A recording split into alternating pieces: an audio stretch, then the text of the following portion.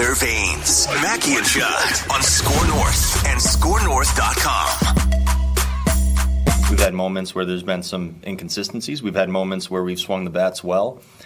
We've had moments where we've gotten a lot of guys on base and brought none of them home. We're going to keep going. We're going to work. We're going to try to play good baseball and fundamental baseball. We're nowhere near as good as we need to be right now. But overall, like I said before the game, we've done more things well this year so far in the first half. You know what can help the Twins get to be as good as they want to be? What's that, Phil? Reckless speculation. Better pitching. Oh, really? Better I'm not sure. I mean, come on. Pitching. Reckless speculation. Better pitching. That's my recommendation. Yeah. That would help, wouldn't it? Wouldn't that be nice? Yeah, it'd be great. Better starters, better bullpen. Yeah.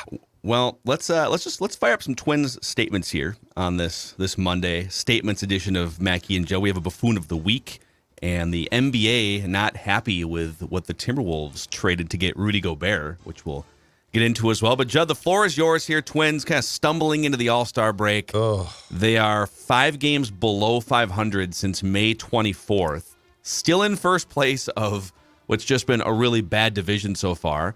So, on one hand, they're in first place. On the other hand, they've been limping for about 2 months now, 2 weeks away from the trade deadline. Let's fire it up. Statement number 1. What a train wreck. So the Twins lose 3 of 4 in pretty spectacular fashion to the White Sox. They've now lost, as Phil just said, not playing well going into the All-Star break, 7 of 10. Just to encapsulate these past 4 games against a division rival that appears to be heating up, okay? And a team that is now 3 games back. The Guardians are 2 games back of the Twins. The Twins in this 4-game series were outscored 32-10. 32-10. The Sox were 14 for 39, 359 average with runners in scoring position. The Twins, 4 of 25. That's 160. Twin starters gave up 15 earned runs in 16 and 2/3 innings for an 8.10 ERA. And the relievers, not to be outdone, said, wait for us. They gave up 15 earned runs and 7 home runs in 19 and 1/3 innings. This was a complete train wreck. And to go back to the reckless speculation sounder, if this does not trigger something, you need to make moves. You have a year of Correa. You've basically, you're in a terrible division that you can win. And then if you are prepared for the playoffs, can actually go in with some hope of competing. But this series in particular and the recent play of the Twins has shown everybody what this team is and why they need so much pitching help. It's a good segue. Normally I would respond to your statement. I'm going to respond to your statement with my own statement here. You do you. Yep. Okay. You're off the show. Everything you just said makes sense. But my statement is I don't know if this Twins front office has the gamble needed to make big deadline moves. I don't know if ownership. I almost feel like ownership has also been involved in pumping the brakes over the years. Listen, be careful about gutting the farm system. Those are players we rely on to come up on rookie scale contracts, right? Be under team control for 6 years.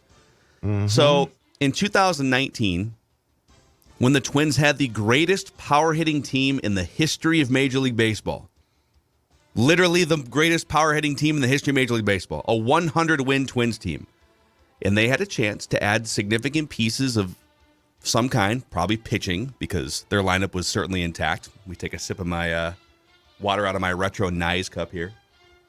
Oh, very nice. I miss the old Nyes. All due respect to the new one, but nah, I agree with you right there. It's okay. So instead of adding, an arm, somebody other than Randy Dobnak to start a playoff game at Yankee Stadium, they did add Sergio Romo, who was solid for them. He became their 8th inning guy, but the only other piece they added was Sam Dyson, who was actually hurt before the trade, pitched like 9 games or something. So they basically hedged. They said, I don't know, price is a little steep on this guy over here, that guy over there. And they decided, let's try and keep one foot in 2019 because we think we can maybe make a run at this thing. We're going to win 100 games as constructed. And then we can also keep a foot in future seasons, right? Well, they get in and they get smoked in the playoffs. And we all know what happened. So this team is on pace for nothing close to 100 wins.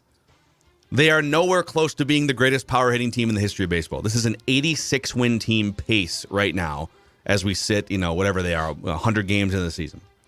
So are they going to be more aggressive now than they were when they had a better team and a better chance in a weaker American League in 2019? That's what I'm so curious about. If they hedged in 2019, would they learn from that and then move chips in and be more aggressive this year? Or would they say, well, we're just not that team. We're not the Yankees. We're not the Astros. Mm-hmm. I don't know if they are going to have the courage or the gamble that you need to make these moves. They probably need 3 pitchers if you really want to have an outside chance at like going through a couple different teams in the American League. Unless their goal is to just win a playoff game, which would be a noble goal because they haven't done it in 18 years. It's my goal. I'm very curious to see It's my goal. What they do in the next 2 weeks. Just win a damn game, dude.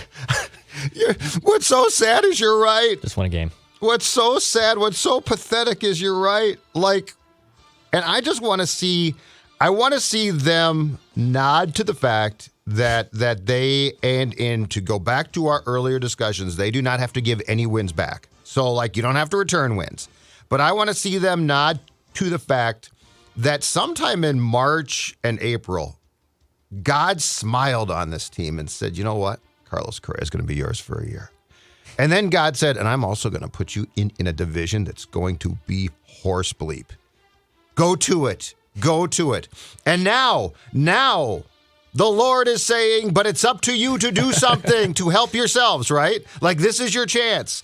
I'm done helping. White Sox getting hot. Cleveland, they're okay.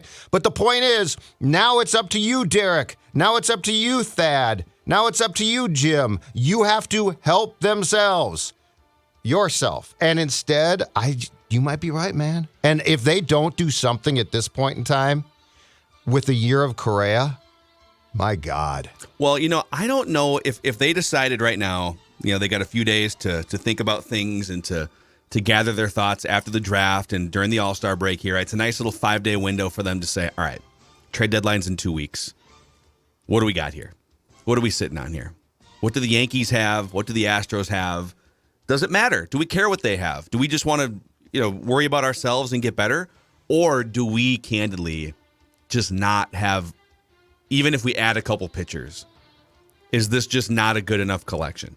I wouldn't fault them if they came to that conclusion and said, we could add a couple arms, but it's not worth the cost. It's not worth giving up Kirilloff or somebody. The A's aren't going to budge on Montas unless you give up, an established young player or something. And that could very well be possible. But if that's the conclusion that they come to, if they decide we're just not going to add 2 or 3 high-caliber bullpen and starting arms to this team, it's not a good enough team, then you have to trade Carlos Correa. He's going to walk as a free agent in 3 months from now. Yes. That's no one. We're the only show talking about this, by the way, and we're considered to be outlandish clickbait artists for suggesting. I'm not suggesting that they should trade Correa. I'm saying they should trade for 3 pitchers. But if they don't have the gamble to trade for 3 pitchers, then what are we doing here? Then what? Then do you want to watch Correa walk in 3 months for nothing when you could have landed 2 or 3 top prospects to help get better in 2023-24? That's staring them in the face these next 2 weeks as a front office. Yeah, my statement after watching, and I was at Thursday's debacle, where Johnny Cueto threw 140 pitches through 6 innings, and the White Sox, I think, won 10-2. I finally left. Yeah, good for you. I didn't. I'm sorry, I left in the 8th. I did leave. I tapped out. Yeah. I almost missed Tim Anderson. Tim Anderson almost pegged me with the ball from the stands of the concourse shed. I didn't tell you that. That happened on Thursday. I was with my girlfriend's little brother, and he just heaves one. Yeah.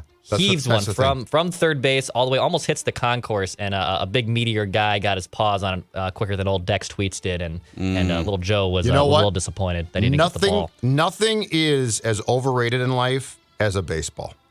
Well, I as an adult, yeah. If I caught a ball, I would give it to a child or I'd give it to a kid. I'm not. But this man was also older than me, and I was like, dude, are you really going to keep this ball? And you're not going to give it to a 15-year-old? But we're not going to go down the path of that right now. My statement, though, is the clock is ticking. So we're at the halfway point, the pseudo halfway point in the MLB season. It's All-Star week. The Twins are limping in a little bit They've lost 7 of 10, still in first place, but 7 of 10. 2 teams breathing down their necks in the Sox and the Indians. So after this festivities end, right? It's the home run derby tonight. The All-Star game is this weekend. The clock is ticking. For all my Stranger Things fans, Vecna is coming to the Twins, and we have 2 paths here. Sorry for the spoiler alerts, but if you hadn't seen Stranger Things by now, it's on you, or just hit the mute button for the next 2 minutes. Vecna is coming. Wow, we're just gonna. All right. This is gonna give a big spoiler here. Okay. Yeah, Vecna is coming. All right, so the clock's gonna strike 4 times, and we're all either gonna die or we're gonna save the day. This pitching staff needs significant upgrades. And if it's not even in the rotation, go get 3 bullpen arms. Go make an elite bullpen. And I get the argument that, like, well, I don't want to overspend for bullpen ads because you can find that stuff easily internally, and it's easier to just find that stuff in the offseason. But if our starters aren't going to go deep into games, then what's the point? What's really the point in getting someone if they're always going to pull them by the 3rd time through the order? If I see one more person pull the pack, well, do you know 3rd time through the order that a hitter hits the starter better? Yes, everyone knows that. But if the starter's going to get pulled longer, or get pulled earlier, go get legitimate bullpen arms. Make yourself look like the Kansas City Royals from 6-7 years ago. Build up the bullpen that way. And if you're scared of overpaying, you're going to have to overpay. You're a first-place team who is desperate. You don't find the gum on the street and then turn it into a lottery ticket. It's not going to work like that. So this team hasn't earned the benefit of the doubt to say, oh, no, we're just fine. It's happy to be here. We got Carlos Correa. Got off to the hot start. We could win this Central Division. You've lost 18 consecutive playoff games. I've spent more chunks of my life watching playoff losses since the last time I saw a Twins playoff win. You have not earned the benefit of the doubt. So go get some relievers, bump up your pitching, and win a damn playoff game. Show me something over these next 2 weeks. But Phil is right. If they say no, like if they say, you know what, Dex, we've looked at this thing up and down. The Astros are really good. The Yankees are great, historically great, and we've got no chance. Then I think you do have a choice. Like, I think you have a choice, and that is going to be a choice that is going to be absolutely met with disdain by the fans that care if you trade Correa. But if you don't, what's the point? You know, I threw this out because, Twitter is always a great gauge for what the masses think reasonably across 100%. A wide sample size. So Amen. I did send out my Correa theory again here, and I feel like people just misconstrue it. You can't trade Correa. Yeah. I'm not saying trade Correa. I'm saying go get 3 pitchers. But if you decide we're not going to get 3 pitchers, but you can't do that to the clubhouse. No, you know what, you can. I can tell you for a fact Carlos Correa wants them to trade for something. Carlos Correa is pushing behind the scenes for the Twins to do something. I'm not saying he's being aggressive. I'm just saying he would like to play on a team that has a chance to win a World Series here. So what does it say to the clubhouse if you don't make moves to help this team that's trying to hang on to first place? That's what I'd be worried about. Not right. Like, what are they going to think if you wind up trading Correa? Well, I would ask the other question. What are they going to wind up thinking if you don't add anything of significance to a team that's been trying to stay in front in first place and go win 90-plus games? So, anyhow, all right, we're back to Judd here, I think. All right, my next statement is this. He has a point. So Smeltzer said after being pulled before he was allowed to go through the White Sox 3 times on Friday that he was blindsided, which I thought was a very interesting word, blindsided by Rocco's decision to remove him. He had given up at that point 2 runs in 3. He hadn't pitched great. But then Baldelli said, well, he might have been, but here's the deal. Quote, we're not going to tell a guy when he might come out before a game starts, but it's basically decided. I think that this is. You might want to communicate a little better than these I think that this is so open for conversation here. Now, I want to be very clear here. I want to start this by saying I know Devin Smeltzer is not exactly Koufax. Okay, so no, he's not. In a vacuum of talking about Smeltzer, I understand that we could certainly debate, well, who cares if he knows? He's not that good. He was obviously just optioned to AAA St. Paul on Sunday. But the point is this. The point is what Smeltzer said, and I appreciate this because he had the guts to say it. 1, I'm curious how many guys think this. 2, I'm curious if you have a plan for a pitcher who you trust, why you wouldn't communicate said plan? Because clearly it's made before the game by a bunch of people, Rocco included, but not just him. So he didn't just come out and say, all right, Smeltzy, give me the ball. I've just decided to take you out. This to me is so intriguing because if you're a pitcher and you have any status at all, how would you feel about basically knowing that there's an expiration date on you for every start and you're not being told, but the expiration date is there when you throw your first warm-up pitch of the evening? Okay, I need to piggyback again with a statement here. Okay. I appreciate Devin Smeltzer being open, and he is essentially a surrogate for a bigger Twins problem here. Mm-hmm. But Devin Smeltzer is terrible the third time through the order, and so it should be obvious where he's going to get pulled from a game. And I don't know if just like the Twins aren't over communicating the obvious to him, or if he is maybe just, I don't know, oblivious or blocking it out. In his career, this is nuts, okay? Mm-hmm. First time through the order, Devin Smeltzer allows a 650 OPS, which is really darn good as a pitcher. A 650 OPS against would be, the grounds for sending someone to the minor leagues as a hitter. Second time through the order, it gets a little better. It's actually a 629 OPS second time. So he's actually one of the better pitchers in baseball in his small sample size career to this point. First two times through the order. Third time through the order, the opposing OPS doubles to 1228. 1,220. The opponents are slugging 831 third time through the order against Devin Smeltzer. And so I feel like his message is correct in that the Twins have a huge flawed pitching system right now. They've got starters that aren't good enough to go third time through the order or deep into games. I'm not saying it's realistic for everyone to be Max Scherzer and just send him out there for 8 innings every night. But they have a crop of starting pitchers that they don't trust collectively to go a third time through the order, and they also have one of the least reliable bullpens in baseball. So something's got to give. Like they need better pitchers is probably the solution here. So I'm conflicted because on one hand, I don't know that Devin Smeltzer should be the white knight to deliver this message. Like, dude, you're coming out of the game because you're not that good. But overall, the way this is constructed, the Twins keep running out 5 innings of relief pitchers almost every night, it feels like. In fact, the major league starters have gone 7+ innings almost 400 times this year. The Twins account for 6 of those outings. Yeah, it's remarkable. So it is rare that a Twin starter goes beyond 6 in any game so far this year. So they got a problem, and the only thing that can solve it is better pitching at this point. And I think it's Smeltzer's defense here a bit.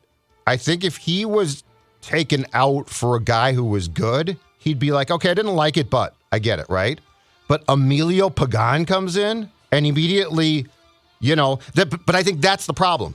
Like the Twins are saying, okay, we're going to go from a guy who gets crappy to a guy who is crappy because we could justify the crap. How so?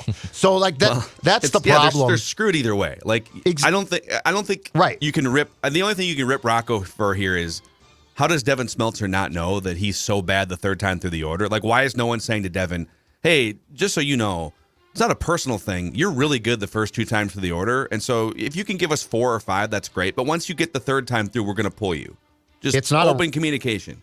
It's not a Rocco thing, though. It's a Twins thing, and it's a hubris thing. No, but Rocco needs to communicate it. It's up to Rocco to communicate it. But the front office could just say, dude, at 2 o'clock every day, if we play at 7, at 2 o'clock every day, your fate is decided.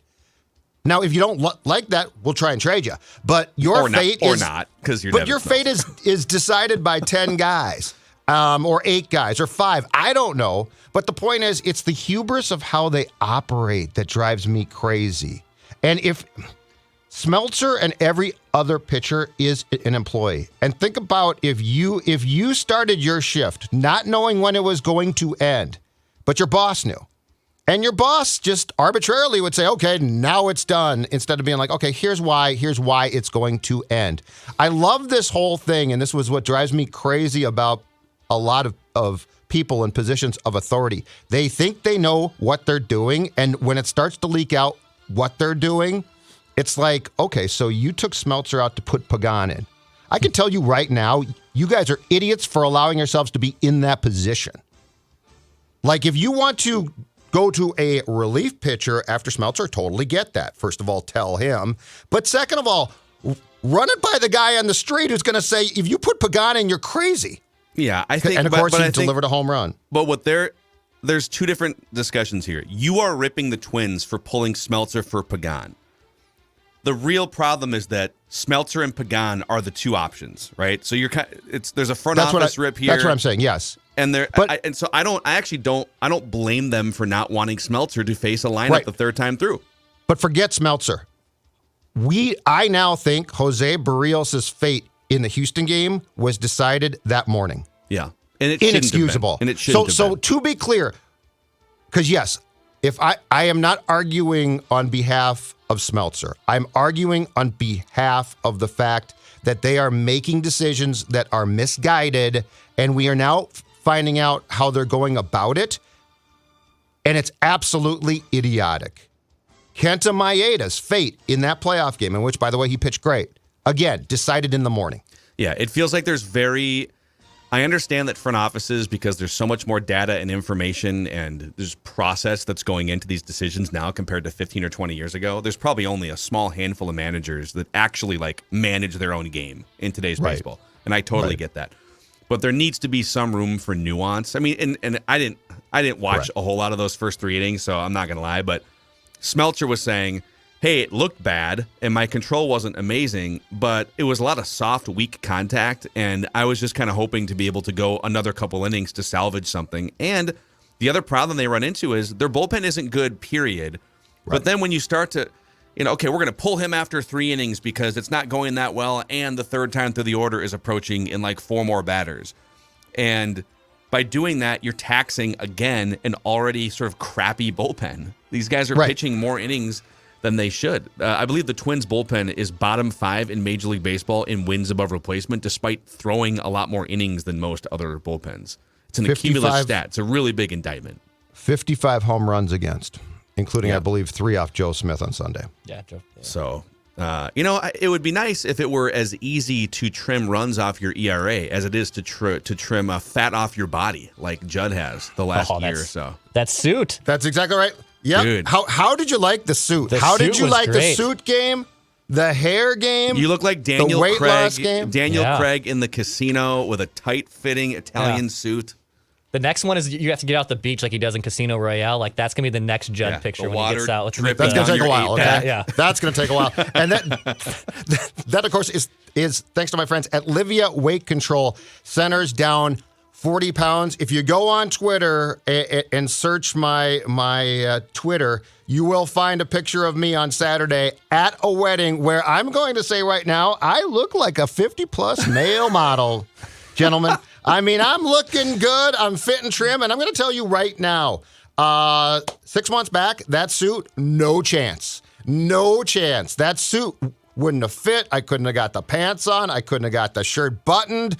But now I can.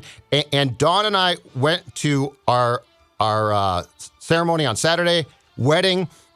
She's down 12 pounds, just about 12 pounds, 40 pounds for me and maintaining it. And that, again, is all thanks to our friends who now have the smart plan where you'll get one-on-one personalized. And there it is. Oh, there it is. Look at that. Look at that. For the YouTube audience, we're YouTubers gracing you can with see it. James Bond Judd right here. Exactly right.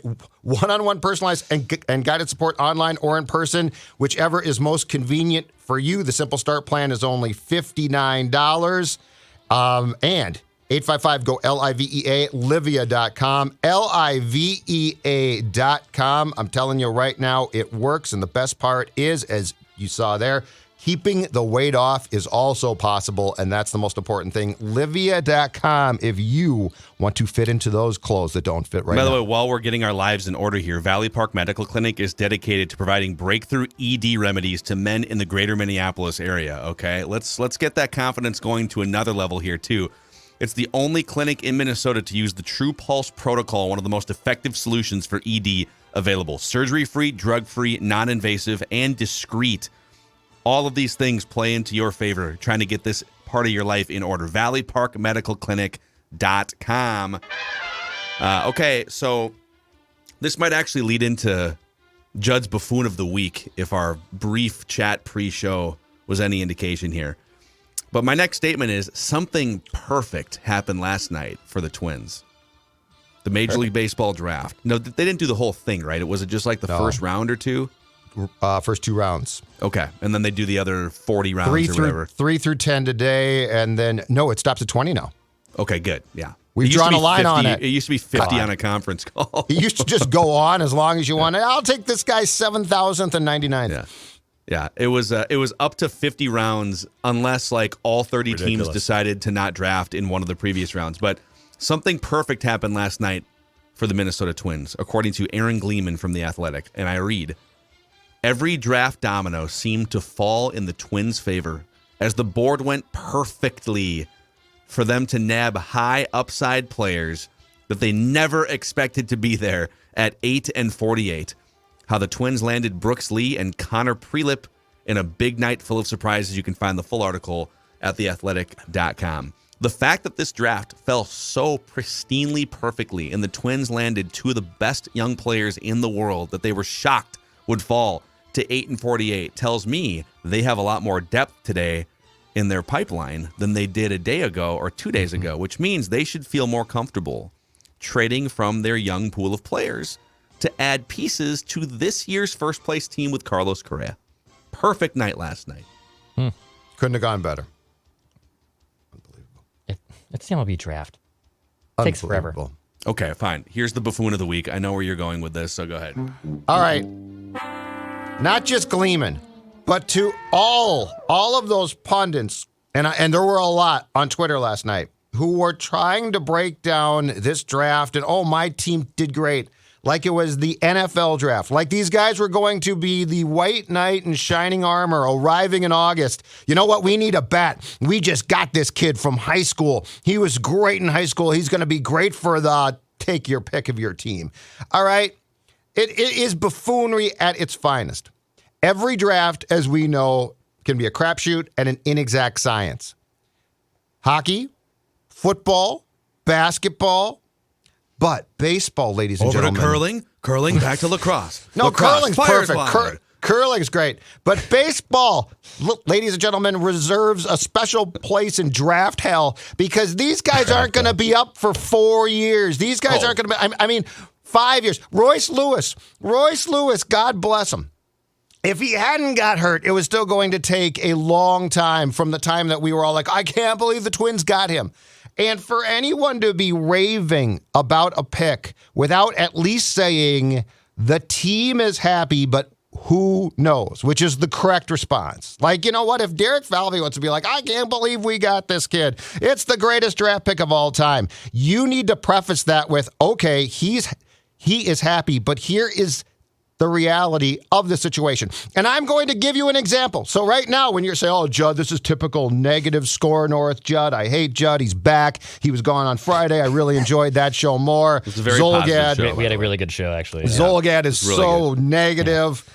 I'm going to give you a quote about last year's draft when the Twins took, or was it last year? Oh, no, 2 years ago. Get Aaron your notes Sabato. together, Judd. Get your notes together. Aaron Sabato. I want to give you the quote because the year is not important. The quote is, Twins minor league hitting coordinator Donegal Fergus said of the Sabato pick, I'm fired up. He was my number one choice.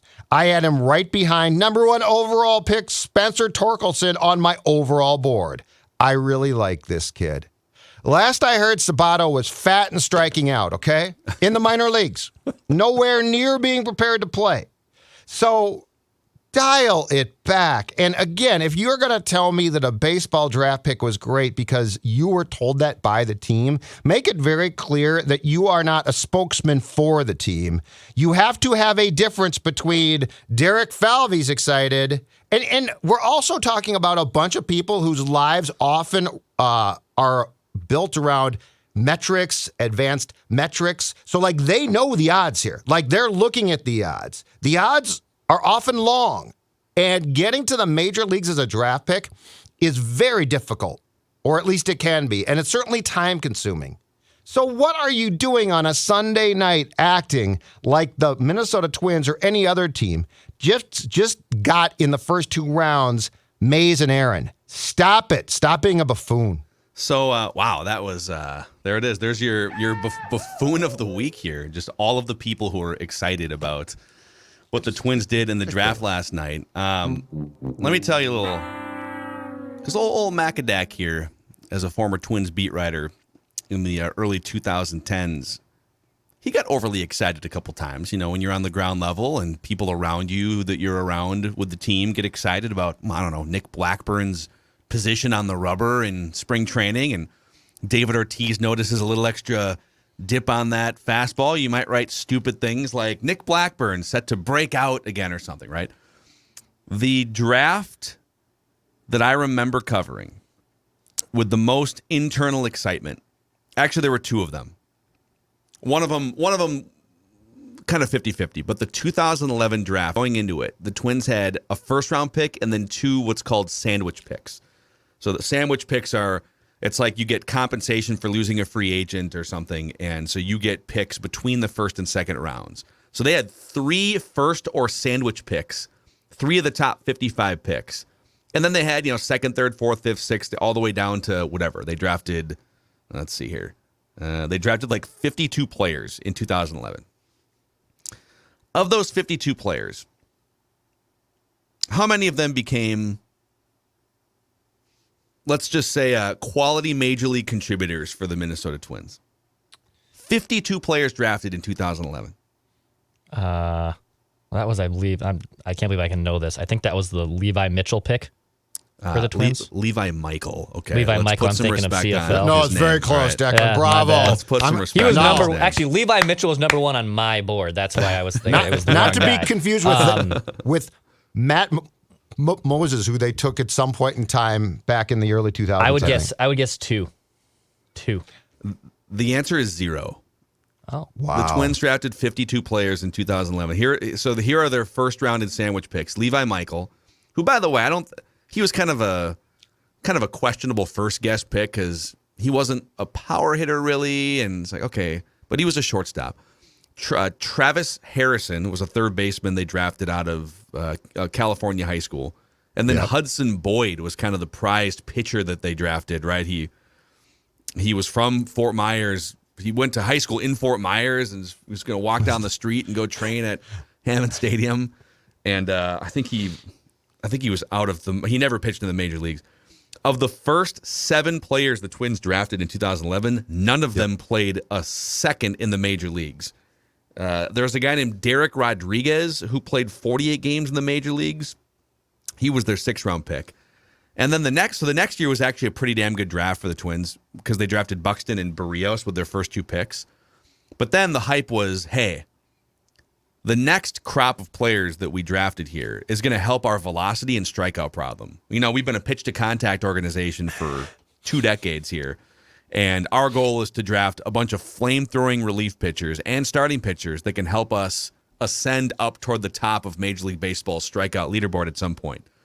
And those pitchers were Luke Bard, Mason Melitakis, JT Shagwa, Zach Jones, Andre Martinez. Tyler Duffy was one of them. Okay. And he panned out as a reliever. DJ Baxendale, Christian Powell, Alex Murrin, Eric Knabb, Taylor Rogers did pan out. So that's good. What round was Taylor Rogers in? Do you have it? He was an 11th round pick, which kind of shows you the crapshoot nature here, right? Like, obviously, absolutely, he became one of the better relievers in baseball. So it is a very crapshooty draft.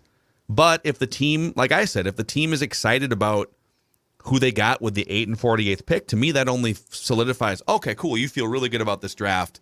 So maybe there's 2 or 3 young players here and there that you could package together for Luis Castillo or some other arm that can. I like it. Making trades. I mean, you're not wrong. Yeah. So, all right, there it is. That's Judd's buffoon or buffoons of the week here on Mackey and Judd.